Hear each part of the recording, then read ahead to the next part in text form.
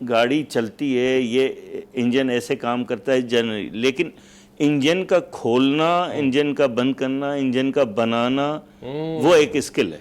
صحیح. ٹھیک ہے. صحیح. تو اسی طرح سے آپ ابھی ہم سب لوگ جو ہے نا یہ واٹس ایپ یوز کر رہے ہیں، فیس بک یوز کر رہے ہیں، مگر وداؤٹ دیز تھنگس مگر اس وقت کوئی بھی چیز جو ہے نا ہمارا شاید ہی جو بالکل ہی گاؤں گوٹھوں میں بندہ بیٹھا ہوگا وہ شاید ان چیزوں سے اویئر نہیں ہوگا، ورنہ ہمارے ہر طبقے فکر کے لوگ جو ہے نا وہ ان چیزوں سے مستفید بھی ہو رہے ہیں، استعمال بھی کر رہے ہیں. صحیح ہے.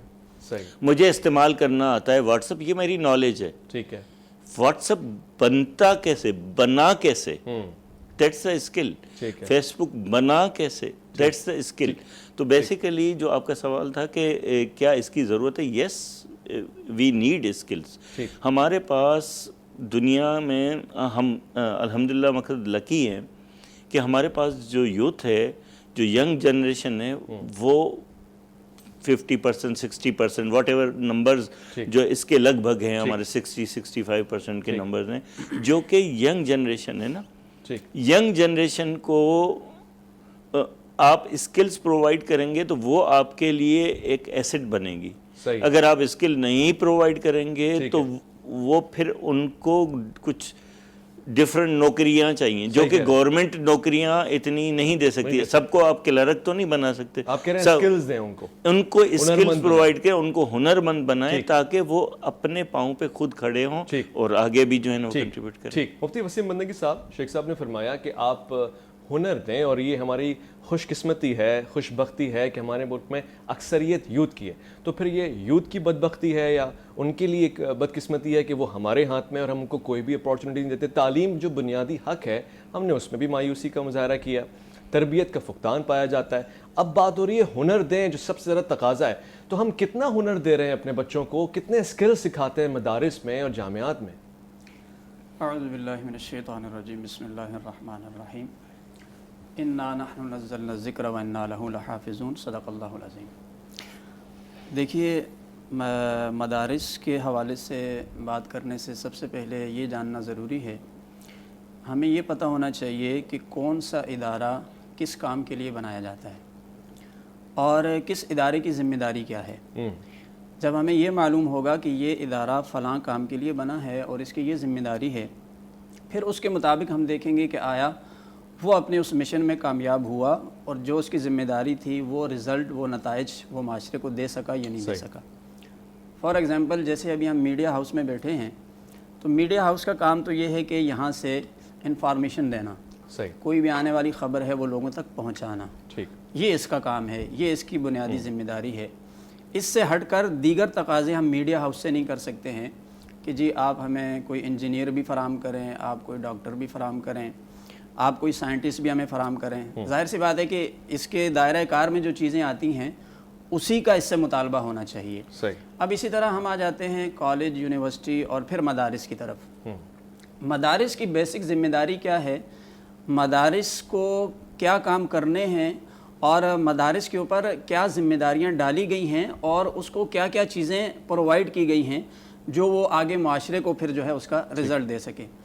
بنیادی طور پر مدارس کی ذمہ داری دو طرح کی ہے. ایک تو ہے تعلیم کی. اچھا، جب ہم تعلیم کی بات کرتے ہیں تو تعلیم میں ان کا جو منبع اور مرکز ہے وہ ہیں علوم دینیہ. صحیح. ٹھیک ہے، قرآن اور احادیث، پھر اسی کے تحت تفسیر، اصول تفسیر، فقہ، اصول فقہ اور منطق، فلسفہ، یہ چیزیں بھی اس میں ایڈ ہو جاتی ہیں، عربی گرامر وغیرہ بھی. دوسری جو ذمہ داری مدارس کو دی گئی ہے وہ یہ ہے کہ وہ اس دینی علوم کے ساتھ ساتھ ایک بہترین تربیت کر کے ایک ایسا فرد معاشرے کو فراہم کریں کہ جب وہ معاشرے کے اندر آئے تو اس کے کردار سے، اس کے اخلاق سے، اس کی سیرت سے ایک بہتر معاشرہ تشکیل پا سکے. ٹھیک ہے. اب ہم یہ دیکھنا چاہتے ہیں کہ آیا مدارس اپنی اس ذمہ داری میں کامیاب ہیں کہ نہیں ہیں. اگر میں دین کی بات کروں تو مدارس کی بنیادی ذمہ داری یہ تھی کہ وہ آپ کو قرآن کا ایک حافظ پرووائڈ کرے، ایک اچھا قاری پرووائڈ کرے، ایک اچھا عالم، ایک اچھا مفتی پرووائڈ کرے. ٹھیک ہے. تو اگر ہم اپنے معاشرے میں نظر دوڑاتے ہیں تو کیا ہمیں اس کے نتائج ملتے ہیں کہ نہیں ملتے؟ ملے نا، مفتی عبدالکبیر مل گئے ہم کو. میرے خیال سے آپ کے ملک کے اندر اس چیز کی کبھی بھی کوئی کمی کا آپ کو سامنا نہیں ہوگا کہ آپ کو کسی قاری صاحب کی ضرورت ہے وہ نہیں ملے، آپ کو کسی عالم کی ضرورت ہے، کوئی مسئلہ پوچھنا ہے، کسی مفتی کی ضرورت ہے، وہ آپ کو نہ ملے. ایسا نہیں ہے، ایک بڑی کھیپ آپ کو ملے گی. اس کا مطلب ہے پہلا جو پوائنٹ ہے وہ تو مدارس اپنی ذمہ داری پوری کر رہے ہیں. واضح، یعنی آپ کی بات میں سمجھ رہا ہوں، وفے کی طرف بھی جانا چاہ رہا ہوں. ایک بات سمجھ میں آ گئی، مفتی صاحب فرما رہے ہیں کہ مدارس کا کام ہے دینی شعبے پہ کام کرنا اور مفتی جنریٹ کرنا، علماء کرام جنریٹ کرنا. تو پھر ہم دیکھ لیتے ہیں کہ اس میں کس قسم کے مفتی اور مولوی ہم جنریٹ کر رہے ہیں. مفتی عزیز الرحمان کا واقعہ ہمارے سامنے آیا، مفتی عبدالکبیر کا واقعہ تو اس سے پہلے بھی آپ دیکھ چکے ہیں، کئی بار دیکھ چکے ہیں یہ ایپیسوڈز. اب تربیت کی کمی نظر آ رہی ہے، اور پھر وہی والی بات کہ کیا علماء کرام ہنرمند نہیں ہو سکتے؟ کیا دین ہمیں ہنر نہیں سکھاتا اور اس کے احکامات نہیں دیتا؟ اس پہ بات کریں گے. ایک مختصر وقفہ الافلامی میں آپ کا انتظار ہے.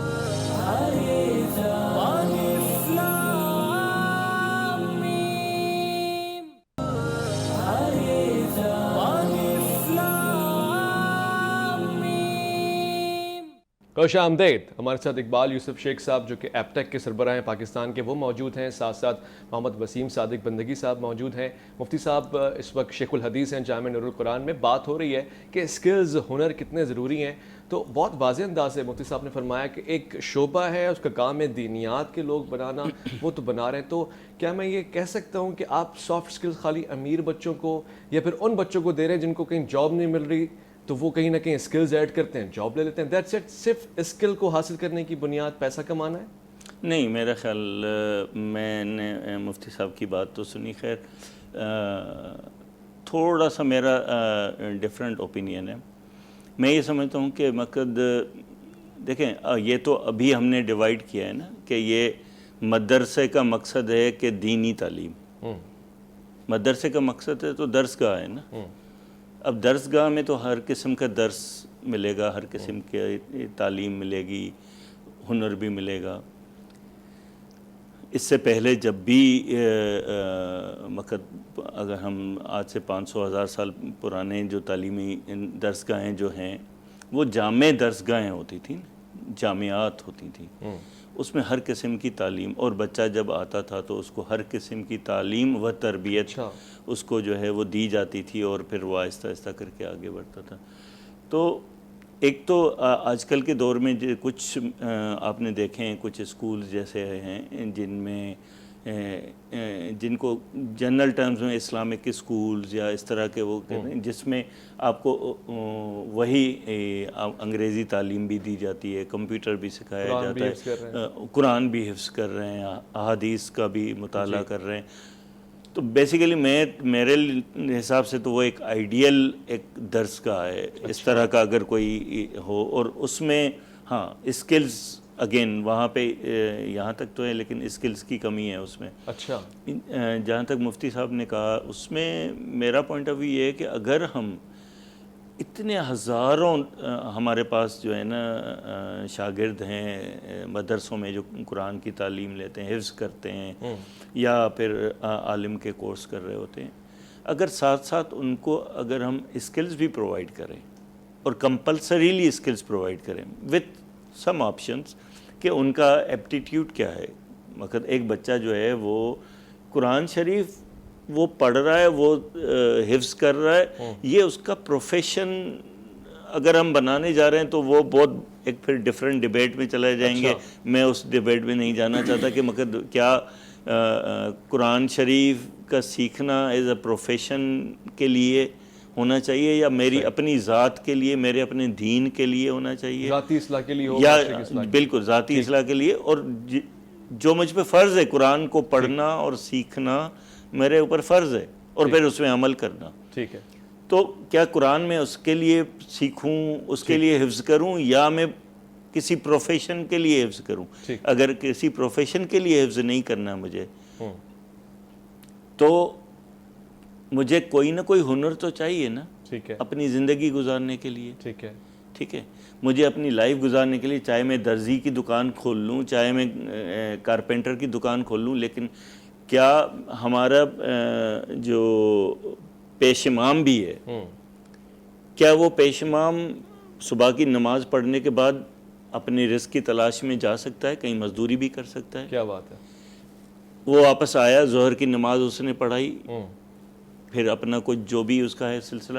لیکن مفتی صاحب کہہ رہے ہیں کہ وہ شاید میں بھی پوچھوں گا, وقت دوں گا ان کو, پوری بات سمجھوں گا, شاید میں یہ سمجھ پایا کہ وہ کہہ رہے ہیں رزق اس کا خود چل کے آئے گا مسجد میں, جب کوئی کہے گا بھائی 100 پارے قرآن کے پڑھ دینا یا ہمارے دعا کروا دینا, شاید میں وہی کہہ رہا ہوں نا. یہ پھر ہاں یہ مفتی صاحب سے پوچھنا چاہتا ہوں, صرف حضرت علی کرم اللہ وجہ کی ذات ہمارے لیے ایک بڑی اچھی مثال ہے کہ آپ مزدوری کرتے تھے یہودی کے باغ میں, آپ کو ایک ہنر آتا تھا, آپ کنواں کھود دیا کرتے تھے, شاید اس کی اجرت لیتے ہو نہ لیتے ہو, مگر ایک ہنر ہے, ایک پروفیشن ہے. کیا ہم اس نتیجے پہ پہنچ چکے ہیں کہ ہمارا مفتی, عالم دین ڈاکٹر نہیں ہوگا, پروفیسر نہیں ہوگا, یا پھر اسکل جو ایڈیشنل چیز ہے اس کے اندر بالکل بھی نہیں ہوگی؟ دیکھیں میرا اصل میں جواب نامکمل رہ گیا تھا, آپ نے بیچ میں بریک لے لیا. میرے کہنے کا یہ مقصد ہرگز نہیں ہے کہ مدارس کے اندر جن بچوں کو پڑھایا جاتا ہے ان کا مقصد صرف حافظ مفتی عالم بنا کے چھوڑ دیا, اس کے ساتھ کوئی اسکل, کوئی ہنر, کوئی اور چیز ان کو نہیں آنی چاہیے, یا یہ سکھایا نہیں جاتا, یا انہیں دنیاوی تعلیم نہیں دی جاتی. یہ تو آپ سمجھ لیں کہ ایک نگیٹو سوچ ہے مدارس کے حوالے سے. میں خود آپ کے سامنے بیٹھا ہوں, میں نے انٹر پری انجینئرنگ سے کیا ہوا ہے, میں نے کراچی یونیورسٹی سے ماسٹر کیا ہوا ہے, اور میں عالم بھی ہوں, میں مفتی بھی ہوں, حافظ بھی ہوں, قاری بھی ہوں. اس طرح کے میں آپ کو بے شمار لوگ مدارس کے دکھا سکتا ہوں. اسکل کے حوالے سے ہنر والے ہیں. ہاں بالکل ایسا ہے کہ بہت سارے ایسے آپ کو علماء ملیں گے, باقاعدہ کراچی یونیورسٹی میں اس وقت کئی ایسے ہیں جو وہاں پی ایچ ڈی کر چکے ہیں, جو مدارس کے لوگ ہیں. ایسا نہیں ہے, مدارس میں دینی علوم کے ساتھ ساتھ دنیاوی تعلیم بھی سکھائی جاتی ہے. آج کل کے مدارس میں اسکلز کی بات کروں, ہنر ہے. ہاں, ہنر کے حوالے سے بھی بہت سے مدارس میں اس چیز کا اہتمام کیا گیا ہے باقاعدہ. جس طرح آج کل ٹیکنالوجی کا دور ہے, کمپیوٹر کورسز بہت اہم ہیں. ہمارے خود جامعہ نور القرآن کے اندر کمپیوٹر انسٹیٹیوٹ ہے, آپ تو شاید ایک دفعہ وزٹ بھی کر چکے ہیں. تو یعنی یہ چیزیں بھی ساتھ میں سکھاتے ہیں ان کو. اچھا بقیہ جو آپ نے یہ کہا کہ جیسے ایک مولوی صاحب ہیں, وہ اب نماز پڑھا رہے ہیں فجر کی, اس کے بعد وہ کام پہ جائیں یا نہ جائیں, یا رزق جیسے آپ نے کہا چل کے ان کے پاس آئے گا, بالکل بھی ایسا نہیں ہے. بالکل بھی یہ تصور بالکل غلط ہے علماء کرام کے حوالے سے. ہاں یہ الگ بات ہے کہ ان کی مصروفیات دینی معاملات میں اتنی بڑھ جاتی ہے کہ وہ پھر اس کو چھوڑ کر دیگر کوئی کام نہیں کر سکتے. جو لوگ ایسے ہیں کہ جن کی مصروفیات اتنی زیادہ بڑھ گئی, اب جیسے میں اپنی ایک بات کرتا ہوں کہ میں اب مسجد میں فجر کی نماز میں نے پڑھا دی ہے, اس کے بعد میں پھر جا کے ایک ادارے کے اندر بچوں کو عالم کورس سکھا رہا ہوں, پڑھا رہا ہوں, پھر اس کے بعد ظہر میں فارغ ہوتا ہوں, پھر نماز پڑھا رہا ہوں, پھر رات کو ایک جگہ پھر پڑھا رہا ہوں. اب میری مصروفیات ہی ایسی ہو گئی کہ میں کاروبار کی طرف نہیں جا پا رہا. یہ تو ایک الگ میرا پرسنل میٹر ہے. لیکن اس کے ساتھ ساتھ مدارس کے اندر یہ چیز نہیں بتائی جاتی ہے کہ آپ نے ساتھ میں کوئی ہنر نہیں سیکھنا ہے, کوئی کام نہیں سیکھنا ہے. وہ ہنر کی طرف بھی ان کو مطلب راغب کرتے ہیں, بلکہ جن لوگوں نے یہ سمجھا نا کہ دین اسلام کا مقصد فقط جو ہے وہ عبادات کرنا ہے, یہ بھی غلط ہے. یہ دین کی تشریح ہی غلط ہے, یہ دین کی تشریح غلط ہے. دین اسلام انسانیت کی پیدائش کا مقصد کیا بتایا تھا, وما خلقت الجن والانس الا لیعبدون.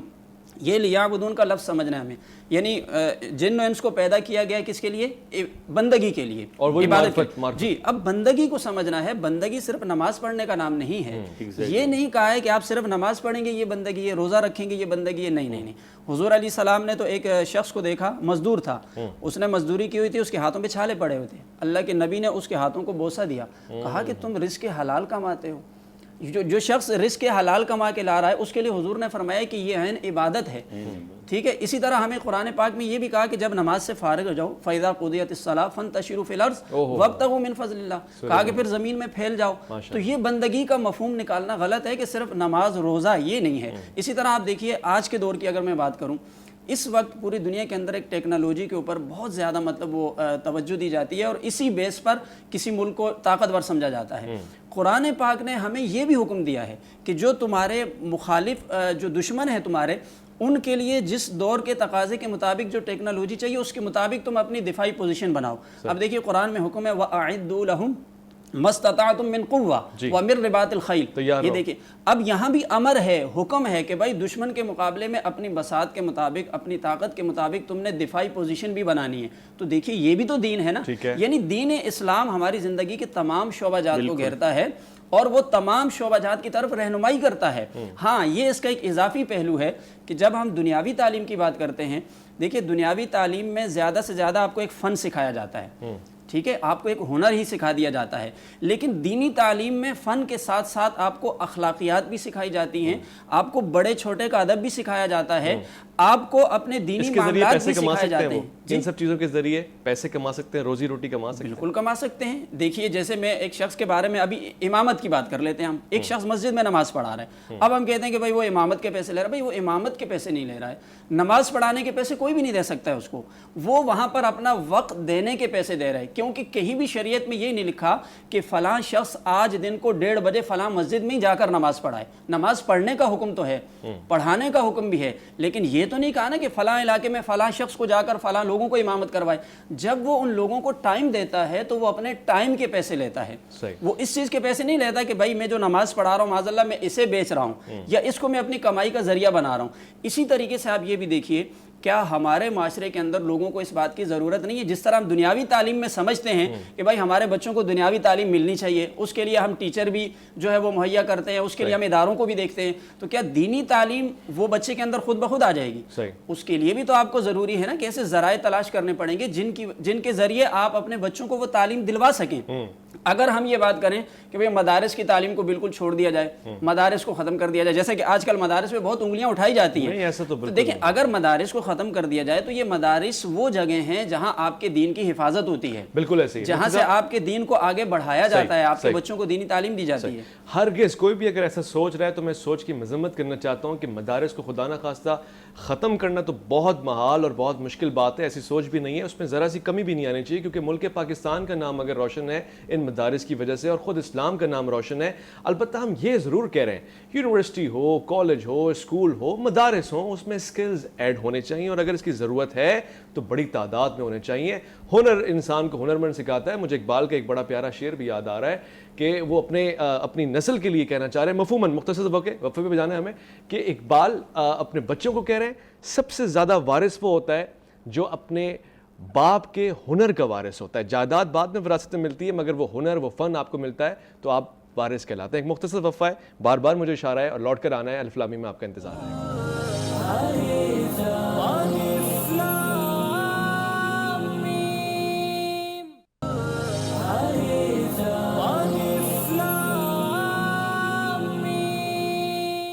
خوش آمدید۔ اقبال نے کہا تھا باپ کا علم نہ بیٹے کو اگر ازبر ہو تو پسر قابل میراث پدر کیوں کر ہو۔ وہ جینیٹیکل کریکٹرز کا ہی اگر وارث نہیں بن سکا تو آگے کیا بنے گا؟ اور وارث ان چیزوں کا انسان بنتا ہے جس کو اس نے سیکھا ہو اور اس کے بعد آگے منتقل کرنے کا ظرف ہو، شرف ہو، قابلیت ہو، لیاقت ہو، اہلیت ہو۔ ہم چونکہ اسکلز کے اوپر بھی بات کر رہے ہیں اور آج ہم نے ایک نئی چیز سیکھی ہے۔ ہم ہمیشہ اس بات کو ڈھنڈورتے رہے اور اسی بات کا شور مچاتے رہے کہ تعلیم ہے، تربیت نہیں، مگر آج ہمیں ایک قدم آگے جانے کا موقع تو ملا ہے کہ تعلیم ہے، تربیت ہے، اور اگر ہنر ہے تو پھر یہ کمپلیٹ پیکج ہے، کیونکہ یہ 21ویں صدی کا تقاضا ہے۔ شیخ صاحب، بات چل رہی ہے ہنر کے حوالے سے، اب اس کو مزید آگے بڑھاتے ہیں۔ کیا ہنر تعلیم کے ساتھ جڑ کے نہیں آ سکتا ہمارے نصاب میں؟ کہ ایسا نہیں ہو سکتا کہ جس طرح ہم کیمسٹری پڑھتے ہیں تو ساتھ پریکٹیکل بھی کرتے ہیں، اسی طرح سکلز بھی ساتھ؟ نہیں، ایسا ہے نا، مقصد جیسے ہمارا ادارہ ہے، ایپ ٹیک کا ادارہ ہے، تو وہاں پہ ہم یہی تو کر رہے ہیں کہ بچے کو مقصد اس کی جو کوالیفیکیشن ہے وہ بھی ان کو مل رہی ہے، ایک ریکگنائز کوالیفیکیشن مل رہی ہے، اس کے ساتھ ساتھ اس کو آپ یہ دیکھیں کہ اگر میرے پاس میٹرک کر کے بچہ آتا ہے تو وہ میرے پاس جب اپنا کورس کمپلیٹ کرتا ہے تو اس کو وہ جو اکیڈمیا والی انٹرمیڈیٹ ہے وہ کرنے کی ضرورت نہیں ہے، وہ انٹر ایکولنس بھی اس کو مل گئی اور ادھر سے اس کو 3 سال کا ایک ہینڈز آن ایکسپیرینس مل گیا سافٹ ویئر ڈیولپمنٹ کا، یعنی کہ اس کو اسکلز بھی مل گئیں، ادھر سے انٹرمیڈیٹ بھی ہو گیا، ادھر سے اس کو اسکلز بھی مل گئیں۔ اب ان اسکلز میں جیسے ملٹیپل اسکلز ہوتی ہیں، ملٹیپل ٹیکنالوجیز ہیں، اس میں وہ اپنا آگے فیوچر کس میں بناتا ہے وہ بھلے بنا لے، otherwise he has got the basic skills جس سے وہ اپنا آگے کی نہ صرف تعلیم کنٹینیو کر سکتا ہے، اپنے گھر کو بھی سپورٹ کر سکتا ہے۔ تو یہ چیز ہے۔ تو اسی طرح کے بہت سے ایسے جیسے ٹیکنالوجی یونیورسٹیز ہیں، ٹھیک ہے، ہمارے پاس انفارچونیٹلی بہت زیادہ اکیڈمیا پہ زور دیا گیا، ڈگریز پہ زور دیا گیا اور اسکلز کو بالکل ہی پیچھے چھوڑ دیا گیا۔ اس کی واضح جو ایگزامپل ہے کہ ہم نے کہاں پہنچایا اس کو، آپ یہ دیکھیں کہ یہاں پہ پولیٹیکنیکل کالجز ہیں, جی مونوٹیکنک کالجز ہیں, جی, آپ نے کبھی بھی ان کالجز کا کسی اچھے ان میں نام پہلے نہیں سنا, کبھی بھی نہیں, ٹھیک ہے.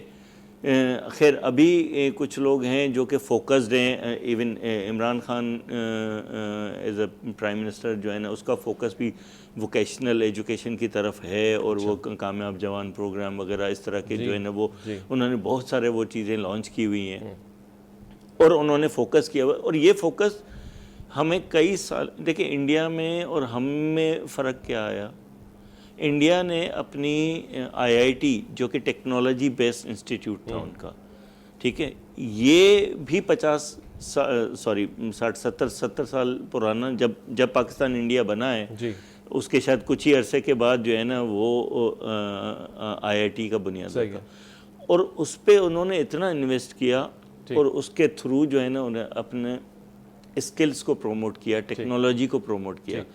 اور ہمیں بھی قائد اعظم نے, اگر اب میں آپ سے ملاقات ہوتی ہے تو میں آپ کو دوں گا, قائد اعظم نے بھی 1947 میں 48 میں ہمیں بتایا تھا کہ بھائی آپ کا جو قوموں کی ترقی جو ہے نا وہ صرف اور صرف اسکلز کے اندر ہے. اچھا, زبردست. مگر یہ ان کا میسج ہے ٹورڈز اسٹوڈنٹس, ٹھیک ہے.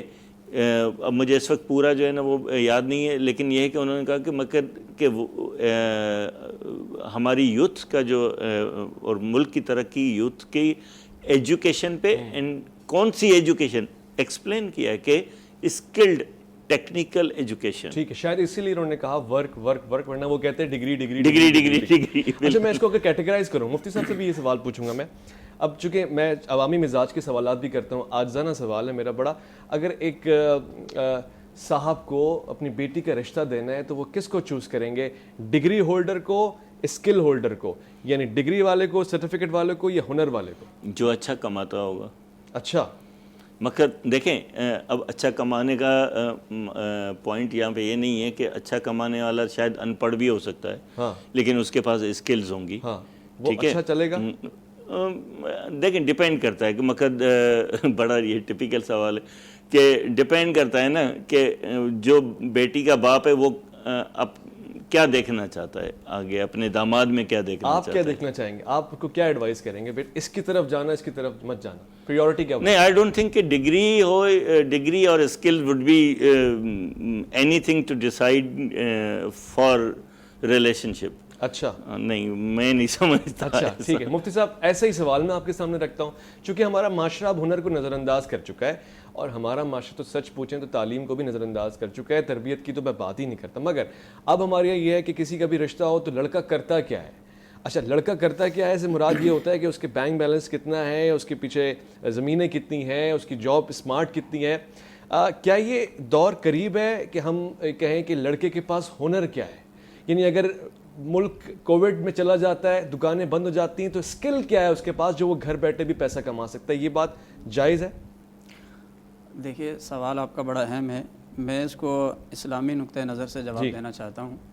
چلیں کسی حد تک یہ بات ٹھیک ہے کہ جب بھی آپ اپنی بیٹی کا رشتہ کرتے ہیں تو آپ یہ دیکھیں کہ بھائی لڑکا کماتا کتنا ہے, اس کا بینک بیلنس, اور آگے اس کا فیوچر کیا ہے. جی, کسی حد تک یہ بات ٹھیک ہے, لیکن اس کے علاوہ آپ تمام چیزوں کو نظر انداز کر کے اگر صرف اسی کو فوکس کریں کہ اس کے پاس بس ہنر, پیسہ, بینک بیلنس, تو یہ آپ بہت بڑی غلطی کر رہے ہیں اسلامی نقطۂ نظر سے. آپ کو ساتھ ساتھ یہ بھی دیکھنا چاہیے کہ اس کا بیہیور کیا ہے, اس کا نیچر کیا ہے, اس کے اندر دیانتداری کتنی ہے, اس کے اخلاقیات کتنے ہیں, وہ بڑے چھوٹے کی تمیز بھی کرتا ہے نہیں کرتا ہے, وہ ماں باپ کے ساتھ اپنے جو سسرال والے ہیں وہ رشتوں کی پہچان بھی رکھتا ہے, اس کا مزاج کیسا ہے. یعنی آپ کو اس حوالے سے بھی جانچ کرنی چاہیے. اچھا, ہمارے معاشرے میں اس چیز کو نظر انداز کر دیا, اس کے نتائج بھی ہم دیکھتے ہیں, کیونکہ اب زیادہ فوکس اس بات پر ہوتا ہے کہ بھائی یہ دیکھنا چاہیے اس کے پاس ہنر کیا ہے, اس کے پاس پیسہ کتنا ہے. اس کے نتائج ہم یوں دیکھتے ہیں کہ کل کو جب تھوڑا عرصہ گزر جاتا ہے رشتہ ہونے کے بعد, چونکہ ہم تو بیٹھتے ہیں دارالفتاء میں, ہمارے پاس اکثر اس طرح کے مسائل آتے ہیں. اب ایک پڑھا لکھا شخص آ رہا ہے, ایک پیسے والا شخص آ رہا ہے, لیکن ان کے گھریلو جھگڑے اور پھر جو ان کے ساس سسر ہیں ان کی طرف سے شکایات کے ایک انبار ہیں, اور اس کی طرف سے جو ان کو تکالیف دینا اور جو سخت رویہ اور سخت مزاج اپنانا, تو یہ ساری چیزیں جو ہے اس کی زندگی میں سکون پیدا نہیں کرتی ہیں. حالانکہ آپ نے اس وجہ سے جو ہے یہ رشتہ منتخب کیا تھا کہ آپ نے کہا کہ اس کے پاس سب سہولت موجود ہے، لہذا ہماری بیٹی آرام سے رہے گی اور خوشی سے زندگی بسر کرے گی، لیکن ہوا اس کا عکس ہو گیا۔ اچھا یہ کہیں کہیں ایسا نہیں کہ میں سب کو ہی کہہ رہا ہوں، زیادہ تر اس طرح کی چیزیں پیش آتی ہیں۔ ہمارے نبی پاک صلی اللہ علیہ وآلہ وسلم نے فرمایا کہ جب تم اپنی بیٹی کے لیے کسی دیندار شخص کو دیکھو تو دیندار سے مراد وہی صرف میں نماز پڑھنے کی بات نہیں کر رہا ہوں، تمام اخلاقیات، تمام پہلو اس میں آتے ہیں، تمام چیزیں ہونی چاہیے۔ یہ چیز جب کسی میں دیکھو تو مناسب رشتہ لگ رہا ہے تو رشتہ دے دو۔ اچھا مطلب ایک سوال میں بنتا ہے یہاں پہ، وقت میرے پاس کم ہے، اور یہ سوال آپ سے پوچھوں گا میں، لڑکیوں کے لیے اسکلز کی کتنی گنجائش ہے دین میں؟ وہ کہ ہم بھی ہنر سیکھنے کے لیے نکلی ہیں تو دین اجازت دیتا ہے؟ بالکل دیتا ہے۔ دیکھیے یہ جو ہمارے ہاں کہا جاتا ہے کہ دین اسلام شاید لڑکیوں کو کسی کام سے روکتا ہے، سب سے پہلی مثال دیکھ لیجئے، حضرت ام المؤمنین حضرت خدیجہ الکبریٰ رضی اللہ تعالیٰ عنہا، مسلمانوں کی ماں، سب سے بڑی تاجرہ تھی، تو کیا وہ خود نہیں بزنس کر رہی تھی؟ دیکھیے نا اپنا، اور حضور علیہ السلام انہی کا تجارت کا سامان لے کر گئے تھے۔ اس کے بعد بھی آپ کو بہت تسلسل سے ایسے مثالیں ملیں گی۔ دین اسلام کہتا ہے لڑکیوں کو تعلیم بھی دو، دین اسلام کہتا ہے اگر ان کی ضرورت ہے تو وہ جاب بھی کریں۔ ہاں یہ بات یاد رکھنی چاہیے کہ جو شرعی حدود اور قیود ہیں ان کا خیال کیا جائے، ہاں ان سے باہر نکل کر نہیں۔ آخری منٹ ہے، کیا کہنا چاہیں گے سوال؟ دیکھیں آپ نے سوال کیا تھا، اس میں مجھے بڑا پرفیکٹ اس کا جواب ذہن میں آ گیا کہ حضرت موسیٰ علیہ السلام کا قصہ ہے قرآن پاک میں، کہ جب وہ جاتے ہیں اور دیکھتے ہیں کہ دو خواتین ہوتی ہیں، وہ پانی بھرنے کے لیے وہ پیچھے کھڑی ہوتی ہیں، اور پھر ان کو ہیلپ کرتے ہیں اور وہ پانی بھر کے اور کرتے ہیں۔ ان کے والد صاحب ان کو نوکری بھی دیتے ہیں، ان کو رشتہ بھی دیتے ہیں کہ ان کے اندر اسکلز ہوتی ہیں اور قوت ہوتی ہے، وہ بھی 8 کے 10 سال تک۔ جی ہاں، قوی الامین، صحیح انہوں نے قوی الامین، یہی اسکل اور ہنر ہے، یہی اسکل ہے، کیونکہ وہ یعنی وہ طاقتور بھی تھے اور ان کے پاس امانت داری بھی تھی۔ بالکل جی، بہت بہت شکریہ مفتی محمد وسیم صادق بندگی صاحب، بہت بہت شکریہ اقبال شیخ یوسف صاحب، آپ کا خواتین و حضرات عزیزان من بہت بہت شکریہ، تحمل سے آپ نے سنا سمجھا، جو بات آپ کو سمجھ میں آئی ہے اس کو معاشرے میں پہنچائیں بھی، اور خود اپنے آپ تک بھی اس کا عمل لازم بنائیں۔ اپنا خیال رکھیے گا، اپنے سے بڑھ کے خیال رکھیے گا ملک پاکستان کا، اللہ کے فرمان کا، اللہ کی امان میں۔